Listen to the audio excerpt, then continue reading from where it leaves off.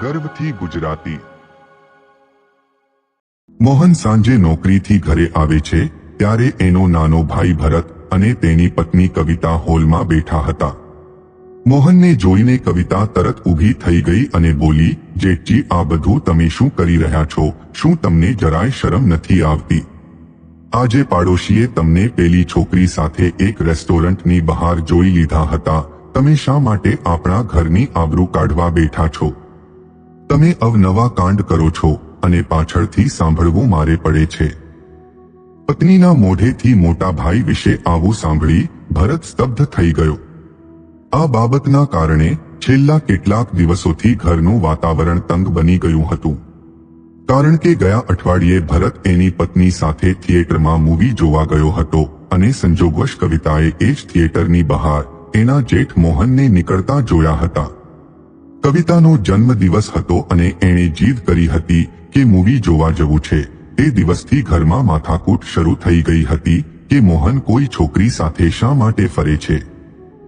જ્યારે મોહન કહે છે કે એ લગ્ન કરવા માંગે છે તો ભરત અને કવિતા તો એકદમ મૌન થઈ ગયા। ભરત અને કવિતા મોહન સાથે એવો વ્યવહાર કરતા જાણે એનું અંગત જીવન હોય જ નહીં। ભરત જ્યારે 14 વર્ષનો હતો ત્યારે માનું અવસાન થઈ ગયું।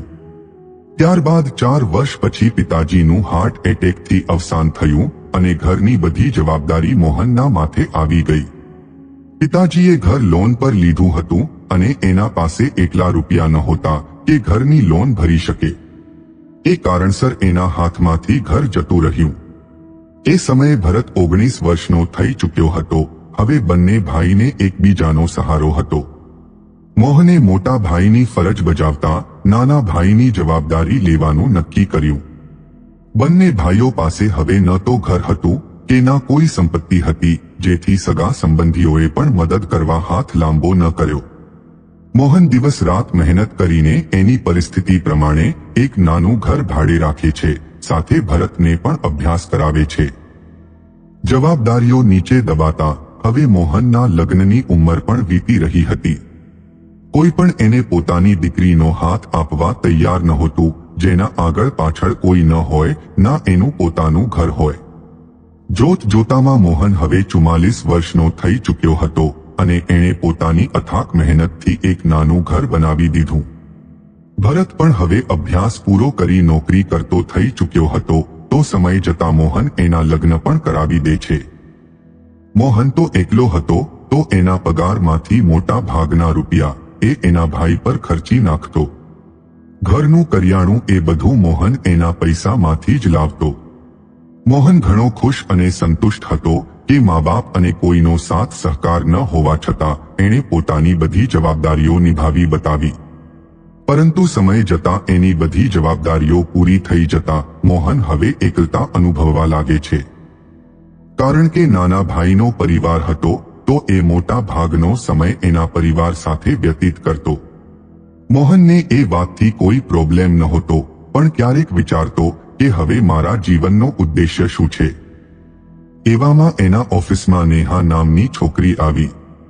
નેહા વિશે મોહનને જાણ થઈ કે એકવાર એનું સગપણ પાકું થયું હતું, પણ એના શ્યામ વર્ણના કારણે લગ્ન મંડપ વચ્ચે એના સાસરી પક્ષે દહેજમાં 5 લાખ રૂપિયાની માંગ કરી તો નેહાએ એ જ ક્ષણે લગ્ન માટે ના પાડી દીધી। નેહાના સાસરી પક્ષને 5 લાખ રૂપિયા ન મળ્યા અને નેહાએ મંડપમાં બધા વચ્ચે લગ્નની ના પાડી દીધી તો એ લોકો નેહાને બદનામ કરવા એવી વાત ફેલાવી દીધી કે છોકરીના લક્ષણ ખરાબ છે, વધારે પડતા સામે જવાબ આપે છે, જે કારણસર હવે એના માટે કોઈ લગ્નની વાત જ ન આવતી। નેહાએ પણ મનોમન નક્કી કરી લીધું કે હવે એ લગ્ન નહીં કરે। ઘરના લોકોના મહેણા ટોણાથી કંટાળી હવે એકલી રહેતી હતી અને નોકરી કરી પોતાનું જીવન પસાર કરી રહી હતી। સમય જતા મોહન અને નેહા એકબીજાના નજીક આવવા લાગ્યા અને મોહનને પણ નેહા સાથે સમય પસાર કરવો સારું લાગતું હતું। ધીરે ધીરે નેહા પણ મોહનના જીવનથી પરિચિત થવા લાગી હતી। એકવાર નેહાની તબિયત ખરાબ હતી તો ઓફિસમાં એની સહકર્મચારી અને ખાસ બહેનપણી એના રૂમ પર એની દેખભાળ રાખી રહી હતી। જ્યારે ઘણા દિવસો સુધી નેહા ઓફિસમાં ન આવી તો મોહન નેહાની બહેનપણીને એના વિશે પૂછે છે બહેનપણીને પૂછતા એને જાણ થાય છે કે નેહાની તબિયત ખરાબ છે. નેહાની તબિયત ખરાબ હોવાનું સાંભળી મોહન નોકરીથી છૂટતા નેહાની બહેનપણી સાથે એના ખબર અંતર પૂછવા ચાલ્યો જાય છે. નેહા મોહનને એના ઘરે ખબર કાઢવા આવ્યો જોઈને ખૂબ ખુશ થઈ જાય છે. મોહન એના માટે થોડા ફળો પણ લઈ જાય છે. નેહાની બહેનપણી બેઉને વાત કરતા મૂકી કિચનમાં ચા બનાવવા ચાલી ગઈ અને અહીં બેઉ કોઈ અલગ લાગણી અનુભવી રહ્યા હતા. બંને મૌન હતા, પણ એમના મનમાં ઘણું બધું ચાલી રહ્યું હતું જે એમના ચહેરા પર સ્પષ્ટ દેખાઈ રહ્યું હતું. નેહા પણ જીવનની એકલતાથી કંટાળી ચૂકી હતી. એને પણ જીવનસાથીની જરૂર હતી. બંને પોતપોતાના જીવનમાં ઘણા એકલા હતા, તો ક્યારે એકબીજા સાથે જોડાતા ગયા એનો એમને ખ્યાલ જ ન રહ્યો. નેહાને ખબર હતી કે જ્યારે મોહન વિશે એ એના મમ્મી પપ્પાને વાત કરશે તો એ તરત રાજી થઈ જશે. પરંતુ મોહનને એની વાત ઘરમાં કહેવામાં ઘણો સંકોચ થાય છે. સમાજમાં એક ત્યાગ કરનાર મોટા ભાઈ તરીકે એની એક ઓળખ ઊભી થઈ ચૂકી હતી અને હવે એના મનમાં એક ડર ઘર કરી જાય છે કે એના પોતાના માટે વિચારવામાં ક્યાંક લોકો એને સ્વાર્થી ન કહી દે. પરંતુ આજે એણે હિંમત એકઠી કરી કવિતાને કહી દીધું કે જુઓ ભાભી, તમે મને ખોટો ન સમજતા. મેં તે દિવસે પણ કહ્યું હતું કે હું નેહા સાથે લગ્ન કરવા માંગુ છું. આટલું સાંભળતા નેહા આશ્ચર્ય અને ગુસ્સાના હાવભાવ સાથે બોલી, જેઠજી, ઘડપણ બારણે ઊભું છે ને તમે હવે આ ઉંમરમાં લગ્નની વાત કરો છો. મને લાગે છે તમારું દિમાગ છટકી ગયું છે. તમે ઓફિસમાં કામ કરવા જાઓ છો કે છોકરીઓ જોવા? આ ઉંમરમાં તો લોકો ભજન કીર્તન અને ભક્તિમાં તરબોળ થઈ જાય છે અને તમને લગ્ન કરવાનો શોખ ચડ્યો છે. મોહનના ગુસ્સાનો પારો વધી રહ્યો હતો. એ દાંત પીસીને બોલ્યો, વાહ ભાભી વાહ, તમે અને ભરત તો ઈચ્છતા જ નથી કે મારા લગ્ન થાય, કેમ કે તમને લોકોને લાગે છે કે મારા લગ્ન થશે એટલે મારો પણ પરિવાર વધશે, તો તમને લોકોને આ ઘરમાં ઓછો ભાગ મળશે. અને જો મારા લગ્ન ન થયા તો મારા મર્યા પછી આ ઘર અને બધી સંપત્તિ તમને અને તમારી સંતાનને જ મળશે. આ જ છે તમારા લોકોના મનના વાહિયાત વિચારો. મોહનની વાત સાંભળી ભરત અને કવિતા સ્તબ્ધ થઈ ગયા. મોહન વાત આગળ વધારતા કહે છે, મેં તે દિવસે તમારા લોકોની બધી વાતો સાંભળી લીધી હતી. જ્યારે તમે મને નેહા સાથે જોઈ લીધો હતો ત્યારે તમે ભરતને એ જ વાત પર ચઢાવી રહ્યા હતા. મને ઘણો અફસોસ થાય છે કે હું તમારા લોકોની દરેક ખુશી માટે વિચારતો હતો. મારી બધી કમાણી તમારા ઉપર ખર્ચી નાખતો હતો. દિવસ રાત મહેનત કરી મેં આ ઘર બનાવ્યું, તમારી ગૃહસ્થી વસાવી આપી, જેથી તમે તમારું જીવન ખુશીથી વિતાવી શકો. આટલું કરવા છતાં તમે લોકો મારા જીવનમાં આવેલા ખુશીઓના થોડા ક્ષણો પણ ન સહન કરી શક્યા. ખૂબ સરસ રીતે તમે તમારા સંબંધો નિભાવી બતાવ્યા છે. જબરદસ્ત રંગ દેખાડ્યો છે તમે લોકોએ. મેં ક્યારેય વિચાર્યું નહોતું કે મારી ખુશી તમારા લોકોની આંખોમાં આટલી નડશે. આટલું બોલતા બોલતા મોહનની આંખો છલકાઈ આવી. એ ગુસ્સામાં એના રૂમમાં ચાલ્યો ગયો અને અંદરથી પોતાનો રૂમ બંધ કરી લીધો. રાત થવા આવી પણ કોઈએ એને જમવા માટે પણ ન પૂછ્યું. એ આખી રાત ચૂપચાપ ભૂખ્યા પેટે એના રૂમમાં પડ્યો રહ્યો. આજે એને ઘણી તકલીફ થઈ રહી હતી. એ આખી રાત વિચારતો રહ્યો અને સવાર થતાં એણે એક અઘરો નિર્ણય લઈ લીધો. બીજા દિવસે સવારે જ્યારે મોહન એના રૂમમાંથી બહાર આવે છે તો કવિતા ડાઇનિંગ ટેબલ પર બેસીને બ્રેડ પર બટર લગાવતી હોય છે અને ભરત ટીવીમાં ન્યૂઝ જોતો હોય છે. મોહન ટીવીનું રિમોટ લઈને ટીવી બંધ કરી દે છે તો એ બંને ગુસ્સેથી મોહન સામે જુએ છે.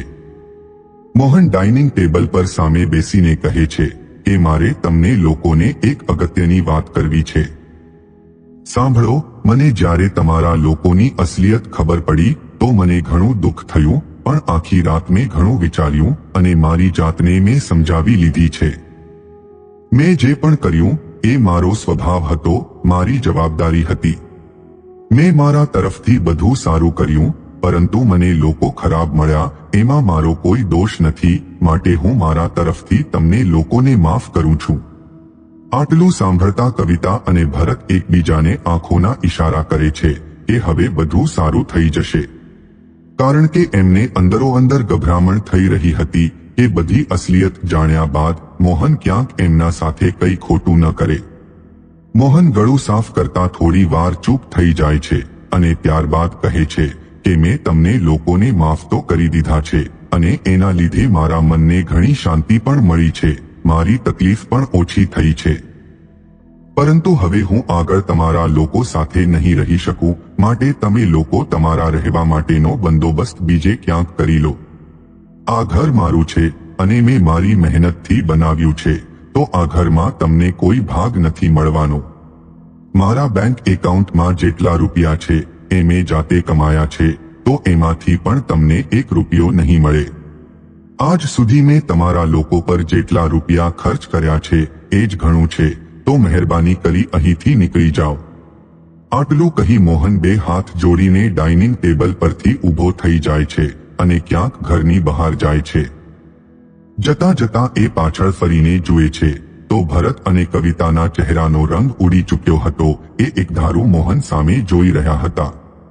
મોહન બોલ્યો, એક વાત કહેવાની બાકી રહી ગઈ કે આવતા અઠવાડિયે હું અને નેહા મંદિરમાં ફૂલહાર કરી લગ્ન કરવાના છીએ, તો તમારા લોકોએ આવવાની કોઈ જરૂર નથી.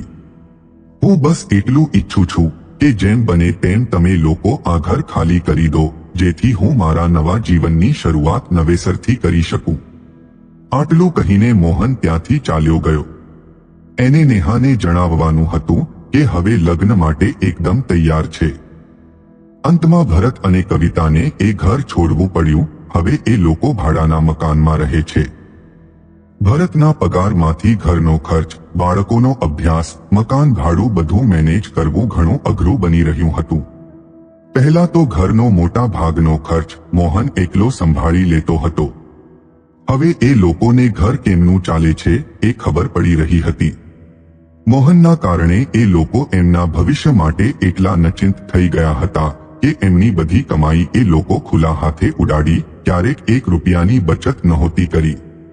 એ કારણસર એ લોકોને ખૂબ તકલીફ પડી રહી હતી. એ લોકોને હવે નવેસરથી શરૂઆત કરવાની હતી, નવેસરથી બધું શીખવાનું હતું. આ સાથે એ લોકો એક અપાર પ્રેમ કરનાર મોટા ભાઈને ખોઈ બેઠા હતા અને આ બાજુ મોહન નેહા સાથે લગ્ન કરી લે છે. નેહાએ આવતાની સાથે જ ગૃહસ્થી સારી રીતે સંભાળી લીધી. એને મળેલા ઘાવ પર ધીરે ધીરે મોહનના પ્રેમનો મલમ લાગી રહ્યો હતો અને મોહન પણ એના સાથે ખુશીથી જીવન જીવી રહ્યો હતો. મિત્રો, જવાબદારી નિભાવવી સારી વાત છે, પરંતુ પોતાના વિશે વિચારવું પણ જરૂરી છે, કારણ કે આજના સમયમાં આગળ જતા કોણ ક્યારે બદલાઈ જાય એ કશું નક્કી નથી હોતું.